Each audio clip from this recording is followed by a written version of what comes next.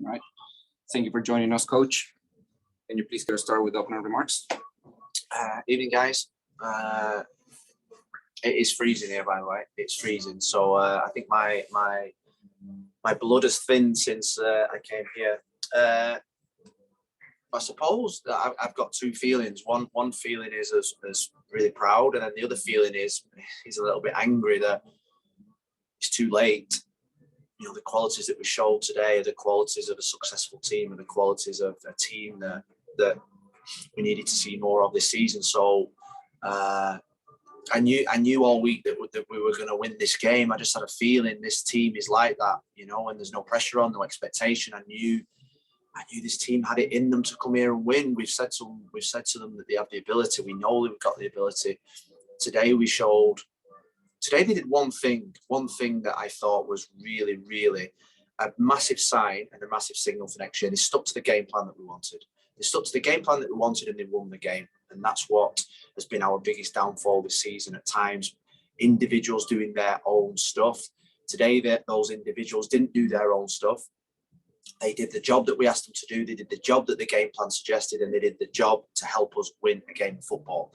And every single one of them, from the players on the bench to John McCarthy in net, we had a team that was heading in the right direction. We had a team that was on the same bus. We had a team that was never going to let a goal in, and that's why I'm proud of them tonight.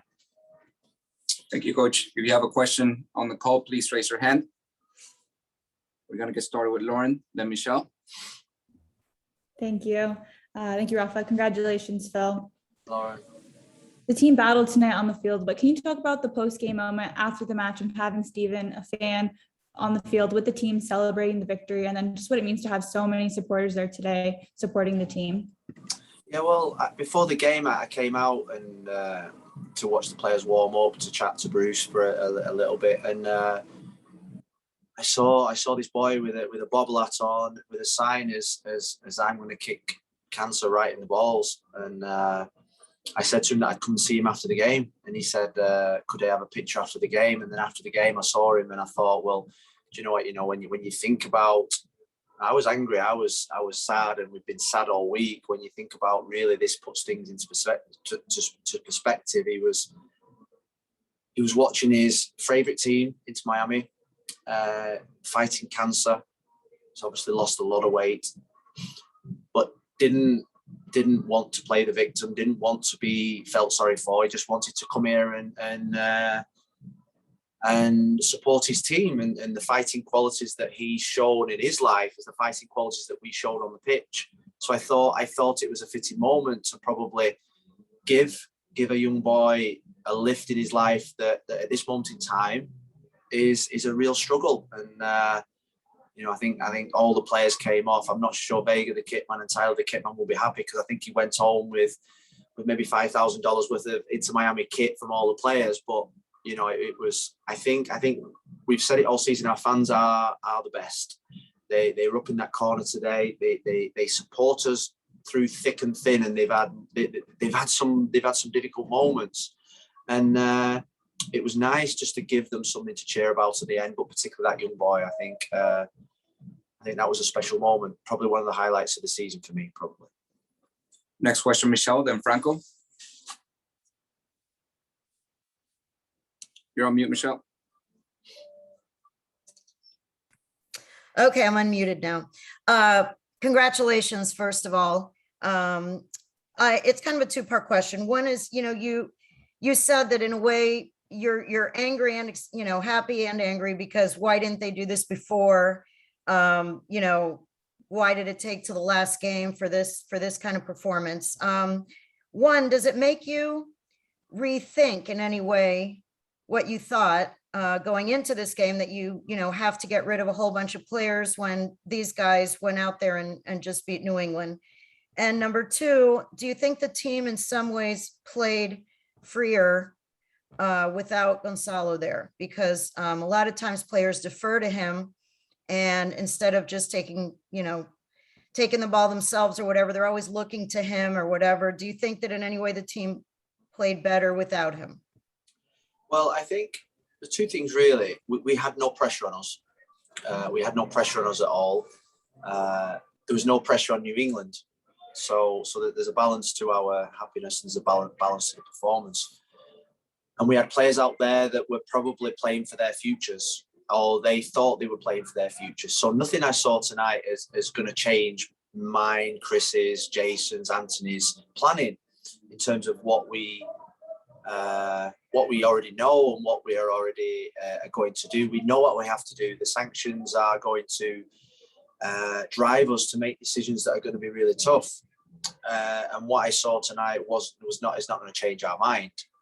I suppose the frustration is that we saw qualities from players tonight that we've probably not seen enough of this season. I've got to say, I thought Pizarro tonight was our best player, and I say best player because you probably I'm not so sure how he played, but the qualities that I saw somebody that could probably captain his team with his performance tonight. He led, he took the ball, the ball stuck with him. He wanted to fight for the team. He got involved in a little bit of a melee, and he took them all on. He didn't need Leandro, Nico, and he played with a real fight and aggression and spirit. Carranza as well, and I probably can't say they played beautiful football, the two of them, but they showed qualities that we've not seen from that area of the pitch this season. So that was pleasing to see.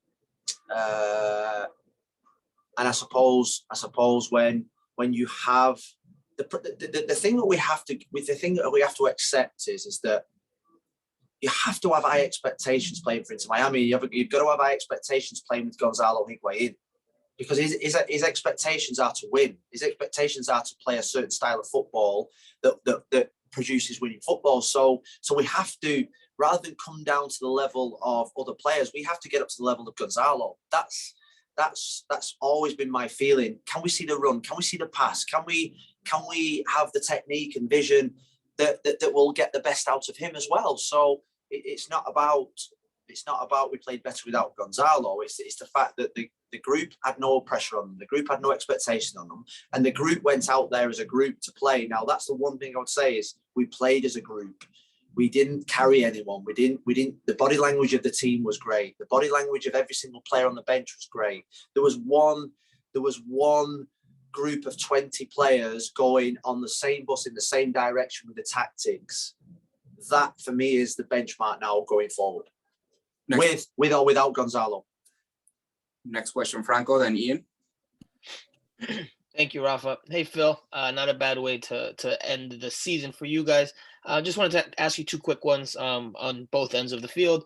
Maybe not the cleanest finish from Blaze there, but some very patient build up there from the team before he pulled off that excellent half turn to give you guys the goal. Just your thoughts on that sequence that led to the goal, and just going back to the defensive side, how resolute the team was, how determined the backline was, and just the entire team in terms of putting out fires. New England did have moments where they were pushing, but you guys with your resoluteness held on and were able to see this one out, which is no easy task against New England. Franco, they're a brilliant team. Carlos Gil's the best player in the league, without a shadow of a doubt. Without a shadow of a doubt, that boy is the best player in this football league. Every time he gets the ball, he if you're a New England fan, you're excited. If you're an Inter Miami fan, you are probably thinking, get to him, tackled him. Hopefully he doesn't do anything on the ball. So we had to defend really well. We had a clean sheet mentality. And the one challenge that I set the team 2 days ago was there's nothing on the game. We're all really angry. We're all feeling really empty. We're all really probably thinking, let's get this season over with. But on Sunday, you're going out to play against the best coach and the best team in the league. So go and pick yourself against the best. Bruce is someone that I look up to. He's almost a mentor for me. I spoke to him before the game. It was like speaking to a level of coach that's got so much experience that I wanted to learn from. And their team has amassed the most points. Am I right? I think they have. So we wanted to beat the best. You want to compete against the best. And that was my feeling all week, is that I wanted to beat the coach that I look up to the most. It's the best coach in the MLS. And I wanted my players to have the same mentality. And I felt as if they did have that. and they all played with a determination and a hunger that is the benchmark for next season. And I must take full responsibility for not making the playoffs, full responsibility for the way that we've played, the way that we've lost, the way that we've drawn. We've won the same amount of games as Nashville. And Nashville is someone that I hold in the highest regard. So somewhere along the line, something went wrong, and I must take responsibility for it. And we will be better for it next year. Next question, Ian. Phil, a bit of a two-parter. The first one being that MLS is known for its parity, and from year to year, it can kind of fluctuate from time to time. So teams that finish in 11th in the East can wind up being at the top of the East the next year. So what you think that this might be indicative of next year as you're thinking about 2022. The second being, where are you going and looking in terms of set pieces next year? There's been a little bit of a bit of a difference in how you've treated set pieces this year and how you think you might treat them as well, including tonight. Yeah, well, I'd say the last 5-6 games of the season, we've been 100% better. The delivery's been better. The determination, the runs have been a lot better. We had a couple of half chances today. I think we've scored 2 or 3 in the last 5 games. So ultimately, we've seen massive improvements in that area. What was your first question, Ian? Sorry, the parity. The parity in the league. Way that MLS works. I think when I see New England and New York City, I see the 2 best teams in the league, and then every other team that we've played against, I've thought that we can compete and be equal to. So in terms of can we be that top team next year? Yeah, I think we can. I think we can reach the playoffs next year, because I think the gap in this league, you're right, the parity is very, very condensed. Toronto will be different next year, 100%. So we just have to hit the ground running quicker than what we did this year. We have to have a good preseason. We have to make sure that we have a games program preseason. We have to recruit really, really well. We have to recruit really, really well. Recruitment will make or break our season next year. 100%. You can have the best training ground, the best owners, the best stadium. If you do not get the right players to be successful, you'll never be successful. So that's the challenge. Next year is going to be my team. Next year is going to be my team, and I'll live and die by that decision, by this fact that next year will be my team. Franco? Thank you, Rafa.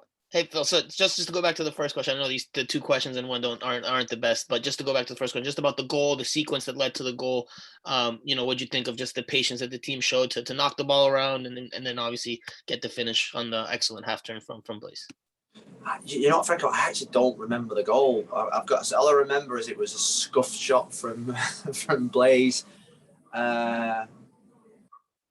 Was Gregory involved in the? Honestly, It was on the right. It was on the right. Okay, you know, Franco, just give it lows in your report. I'm sure you will. But it was probably in a period where for 10 minutes there, I thought we'd nullified their attacks, and we're beginning to gain counterattack moments.